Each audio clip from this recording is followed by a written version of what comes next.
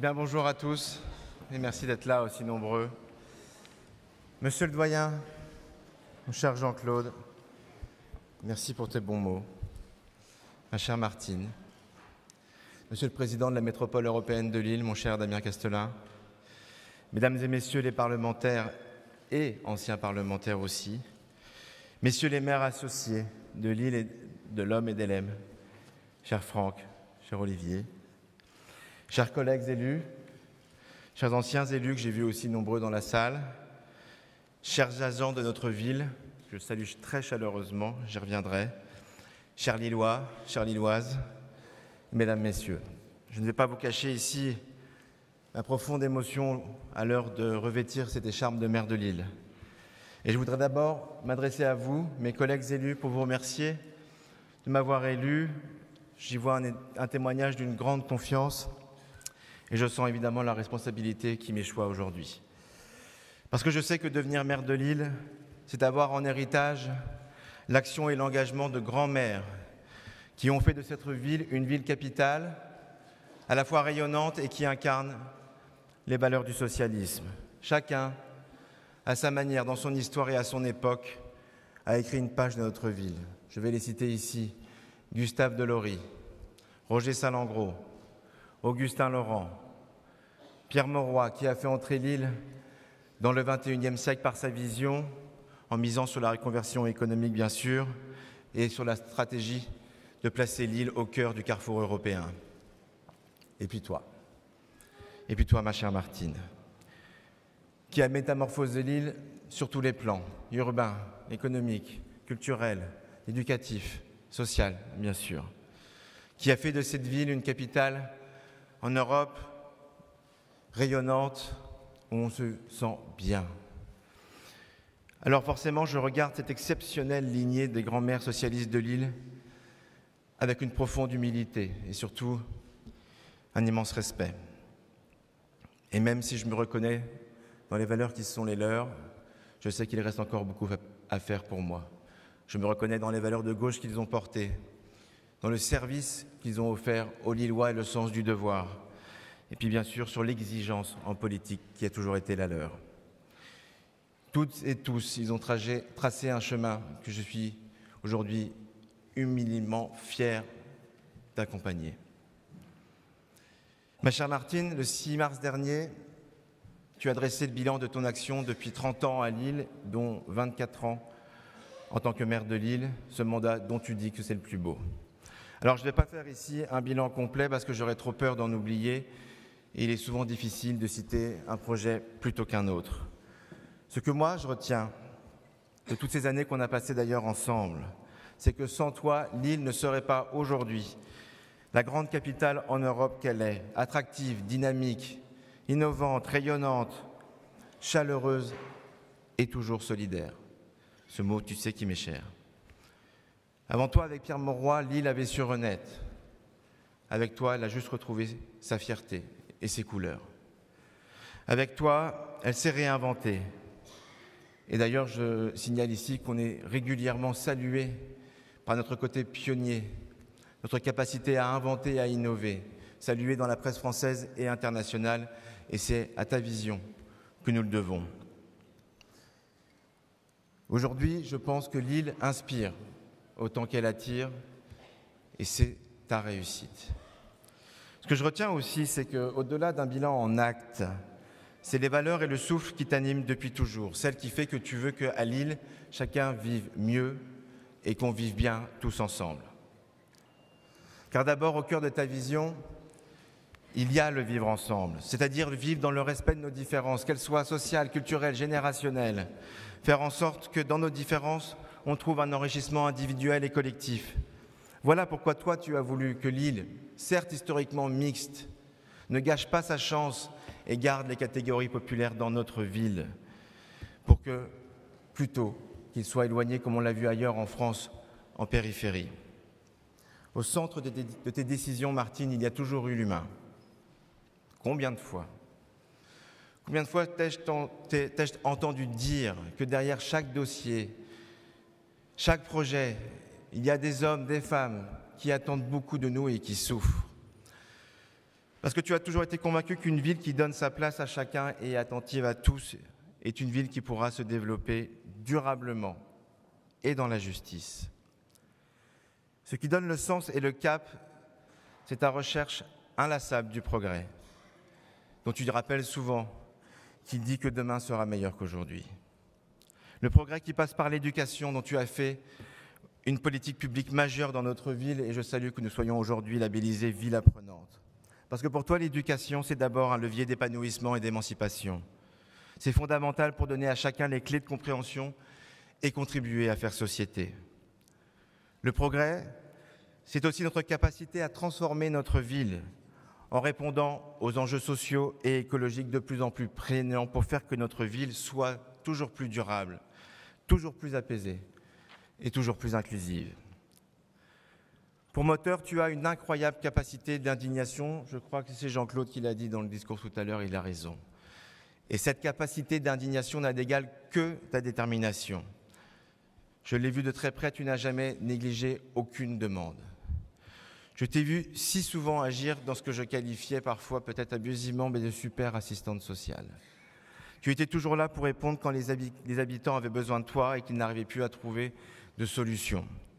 Je t'ai vu prendre à bras-le-corps, avec ce sens pratique que chacun te connaît, des situations familiales ou personnelles difficiles, passer les coups de téléphone, débloquer les rendez-vous médicaux qui tardaient à arriver. Et surtout, toujours, tu t'assurais qu'une réponse soit apportée. Et tu suivais longtemps les situations qui étaient portées à ta connaissance.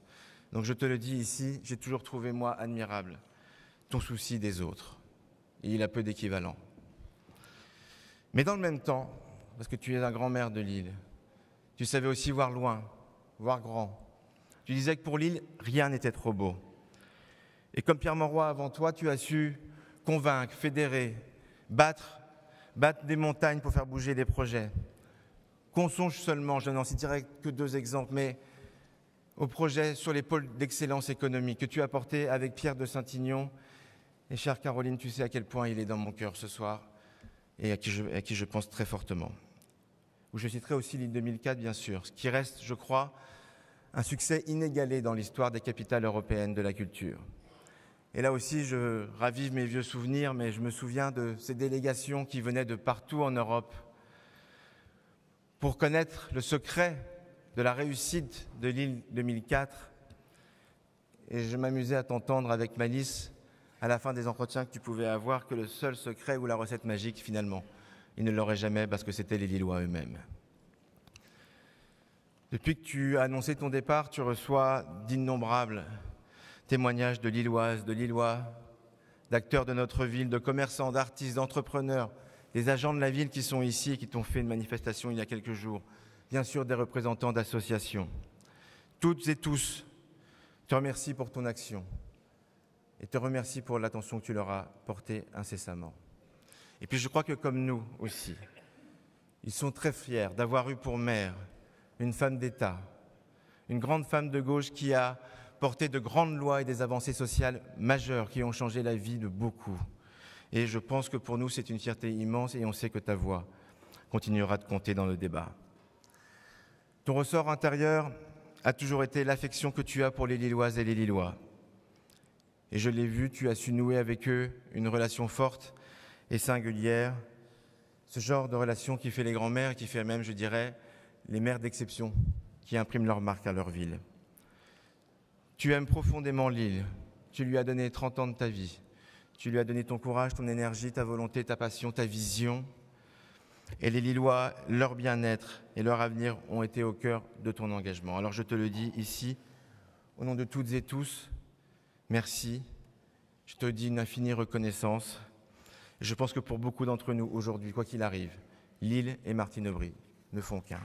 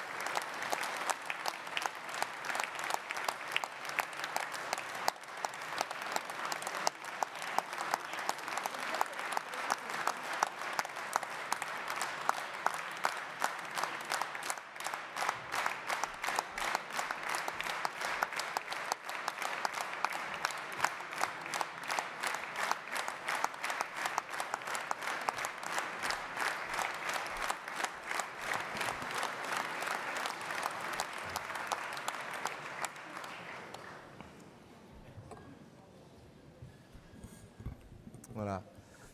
Donc évidemment, passé derrière Martine Aubry, je suis éminemment conscient de la tâche et de la responsabilité, parce que je sais aussi qu'un maire est le point de convergence souvent de demandes contradictoires. Il doit à la fois penser un projet global tout en restant à portée des attentes et des demandes du quotidien des habitants. Et c'est riche des expériences et des enseignements que j'ai tirés à tes côtés de ces 20 années que j'aborde cette nouvelle étape aujourd'hui, chère Martine. Alors je vous le confesse, je ne suis pas né lillois. Ça arrive à d'autres. Je suis arrivé ici il y a 25 ans pour poursuivre mes études depuis mes Ardennes natales. Ma France à moi, c'est celle de Nicolas Mathieu et de leurs enfants après eux. Moi, je n'ai jamais manqué de rien. Mais j'ai grandi dans une France qu'on qualifie souvent de France périphérique, qui subit douloureusement une crise économique et sociale dure, qui subit une relégation culturelle douloureuse aussi, qui donne l'impression que le monde s'écrit sans nous. C'est cette France-là qui m'a nourri et qui a nourri mon imaginaire, qui a nourri mes colères, mes indignations, mon désir de justice et mon désir viscéral que chacun soit considéré avec dignité.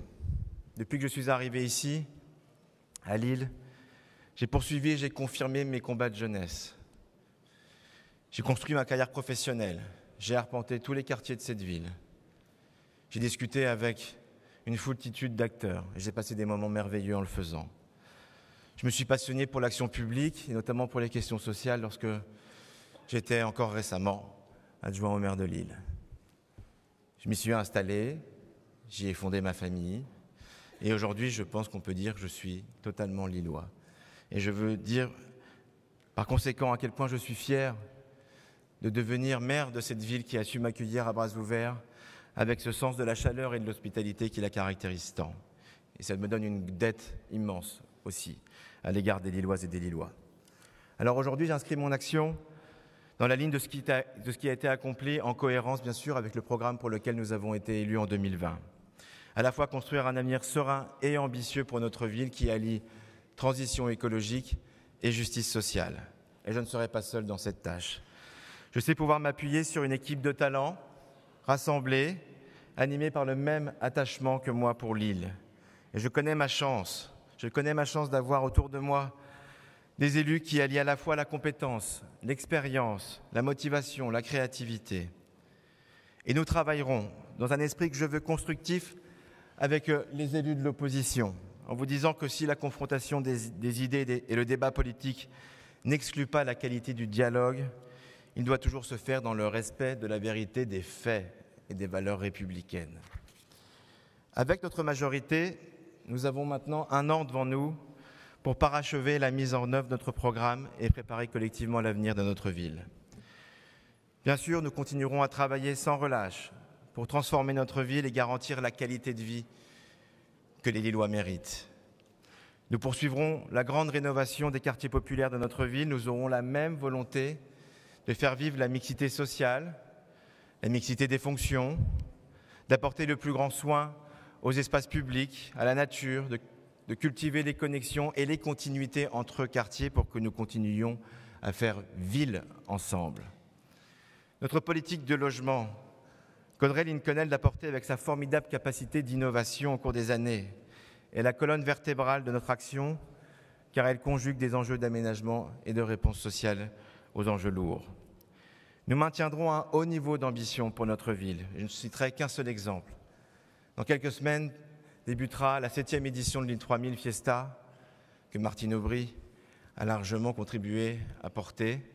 Et nous verrons encore là, une fois de plus, ce coup de projecteur sur notre dynamisme, à la fois collectif et culturel, qui sera donné à cette occasion.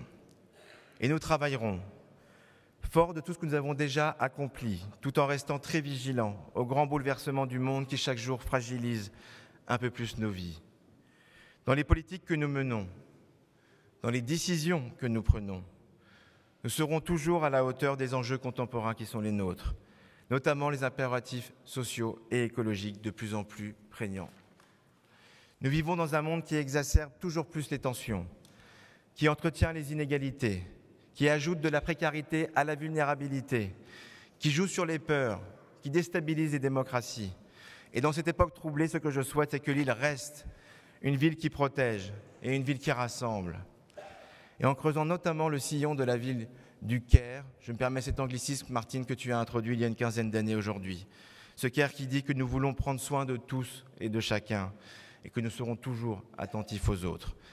À l'époque, Martine, certains t'ont raillé quand tu en as parlé. Je crois simplement que tu as eu pour seul tort d'avoir eu raison trop tôt. Et comme d'habitude, tu avais vu juste.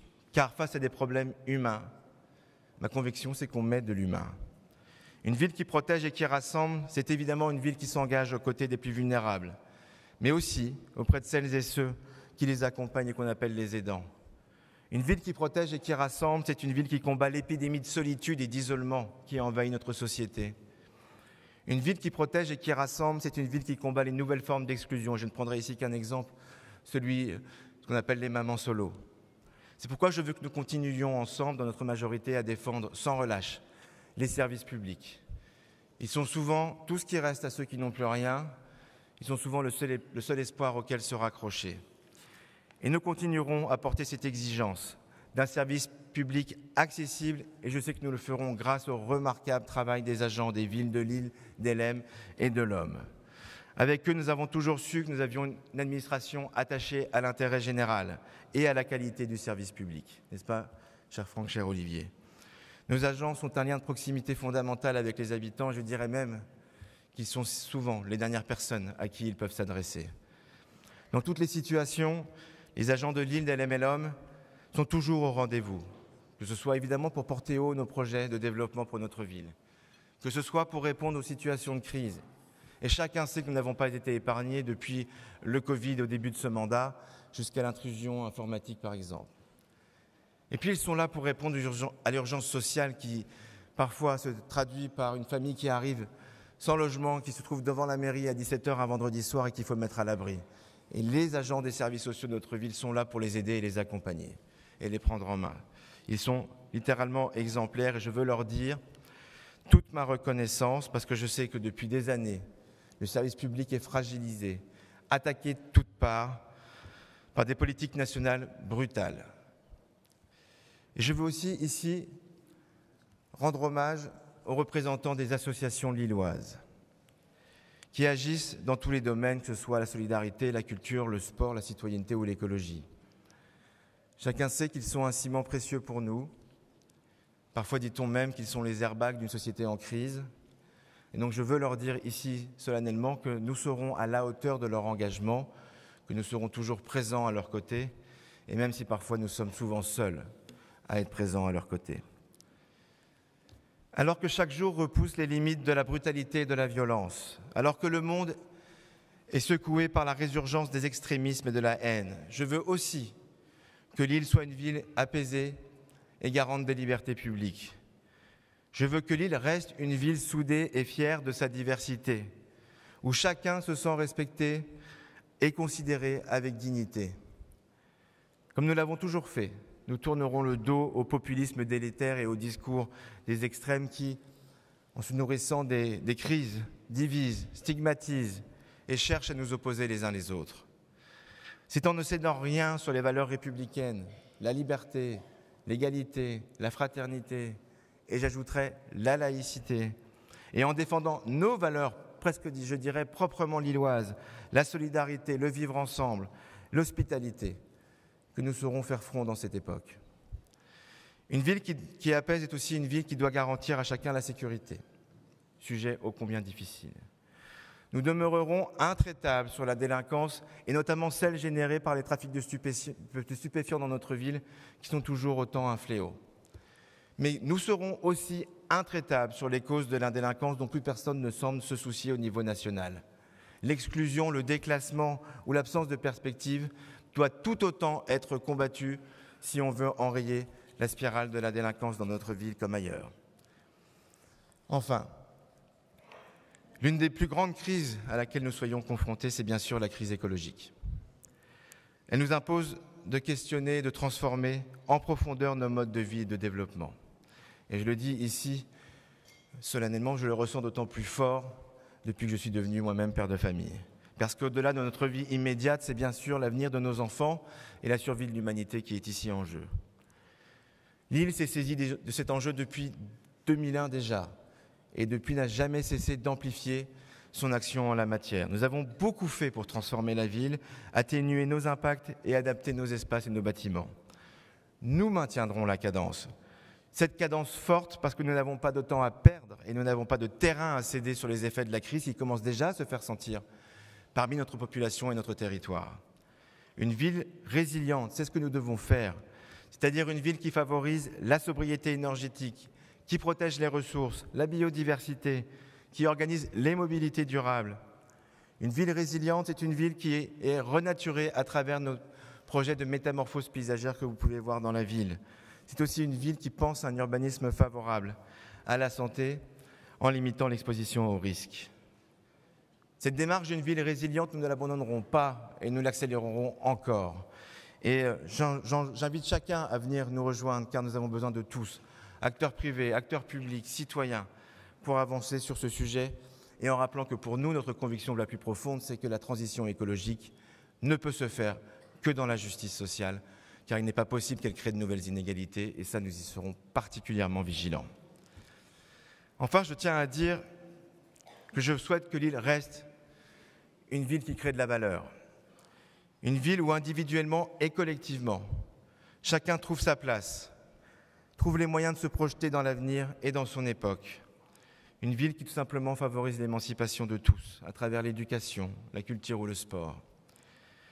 Une ville qui crée de la valeur, c'est aussi une ville qui crée les conditions de développement économique de ces entreprises et leur réussite. Rappelons une réalité que certains semblent parfois oublier. Trouver un emploi, s'émanciper par le travail. Pour beaucoup encore, ça reste la mère des batailles et c'est celle que nous voulons mener à leur côté. Renforcer l'attractivité de notre territoire au service d'un emploi durable est une exigence pour notre ville, comme, cher Damien, pour notre métropole. Il en est de même, bien sûr, pour les commerçants et artisans de notre ville avec qui j'ai si longtemps cheminé et qui se rassurent, là où je suis, je ne les quitterai pas. Je le dis souvent, il n'y a pas dans notre ville, il n'y a pas de ville sans vitrine ni marché de plein air, parce que sinon c'est une ville sans âme. Alors c'est dans un dialogue confiant et exigeant avec ces acteurs du commerce et de l'artisanat que nous pourrons soutenir et conforter l'activité commerciale dans tous les quartiers. Et puis un dernier mot, une ville qui crée de la valeur, c'est enfin une ville qui fait confiance à ses habitants, qui écoute leurs paroles, qui mise sur leur pouvoir d'agir et qui mise surtout sur leur talent. Pour conclure, je veux vous dire encore une fois, mes chers collègues, un immense merci de m'avoir fait confiance et de m'avoir élu aujourd'hui maire de Lille. J'ai une très haute ambition pour notre ville. Et je sais qu'avec vous, autour de moi, nous pouvons faire face aux grands enjeux de notre époque, qui sont à la fois construire une ville qui prend soin de ses habitants, préparer l'avenir dans la justice et dans la transition écologique.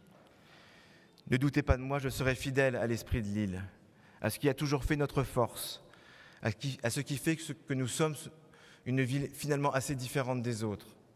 La solidarité, la tolérance, l'ambition et le courage.